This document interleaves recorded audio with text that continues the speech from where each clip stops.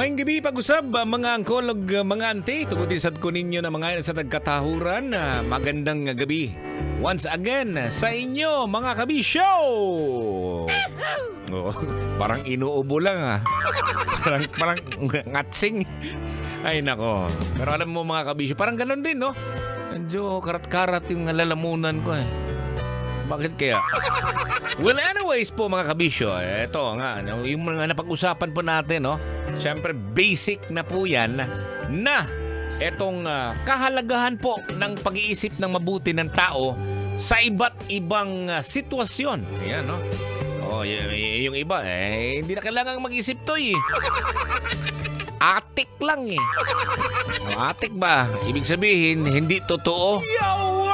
Diskarte lang, atik. Pero alam niyo mga kabisyo, no, kailangan pa rin minsan natin, no, na mag-isip po tayo ng mabuti.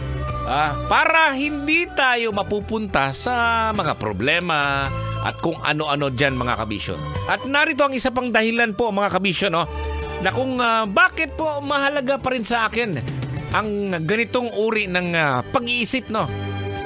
Etong maunlad na buhay. Siyempre, pag maingat kang mag-isip sa mga pang-araw-araw na aspeto ng ating buhay ay siyempre magbubunga yan ng maunlad na pamumuhay. Halimbawa, ngayon, ikaw bilang isang estudyante siguro ngayon, nag-iisip ka na ngayon, pinaplano mo na kung ano yung magandang gawin mo sa iyong pag-aaral.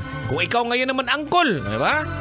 Nag-iisip ka na nga, bumili ka siguro ng bagong sasakyan para hindi ka na mag-rent or magba-boundary.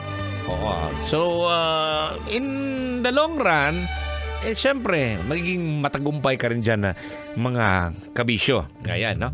Sa mga nag-comment po sa ating fan page, no, sa Totoy Bato Official, magbigay ng sitwasyon kung saan pinag-iisipang mabuti ng tao ang sasabihin niya. Sabi ni Joe Abdul, naku po, Idol Totoy, yung mga taong kala mo mabait, mabuting tao, pautangin mo doon mo pa malaman pag pinautang mo na ganoon pala sila kalagkit magbayad. Ayan, pagka singilin mo, ikaw pa mag-adjust doon po angkol. Napapaisip ng mabuting salita. Sinasabi ko dyan, no?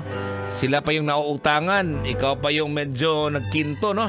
Ay nako, manuyo po sa kanya, Idol. Wag lang magalit, kaloka, Idol. Yung nautangan niya, yun pang galit. Pambihira naman. Sabi ni Derek Lara Flores, good evening, Idol. Yan, magandang gabi din, no? At may nag-message po sa atin, no, sa ating nag-comment kanina, no? Si Jennifer Alfon, shout out po sa inyo, no? Diyan sa may Belfast Canteen, sa may SM Fairview. Ang dami talagang nakatutoy sa programa. Ayo ha. Ingat lang po tayo sa pagtutoy natin. Kung akong tatanungin, dapat nga sobra eh. Para sarap.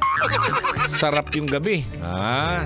Nakakatuwa yan kasi at least kahit papano, yung mga driver, nakalock in naman sa atin yan. Yung Grab, trailer truck driver, kung ano pa yan. Yung mga tindahan ngayon, nakikinig sa atin. Salamat po!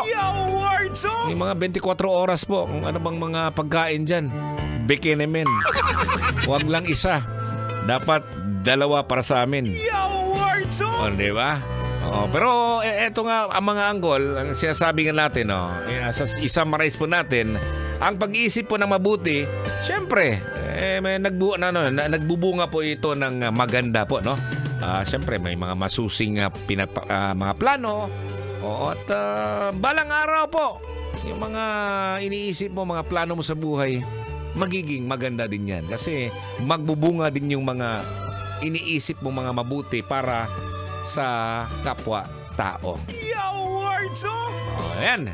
So, daghan kayong salamat po mga kabisyo sa iyong pagtutoy sa ating programa. Gabi na po yan, 9 p.m. nangali na hanggang 12 midnight. Yan, i-ready nyo na ang inyong tenga. Ayan. At hindi lang siguro tenga ang i-ready ninyo ang inyong mga simod. Kasi ready na tayong mututoy. Ayan. Ako po si Uncle Totoy, si Totoy Bato. At ito yung ating programang Totoy na Love. Lunes hanggang Biyernes, 9 p.m. till 12 midnight. Dito lang sa 90.7 Love Radio. Daghang salamat mga kabisyo. Ingat po tayo. Amping pirmi.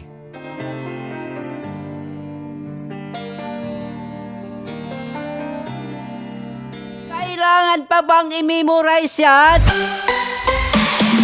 Love Radio. Basic!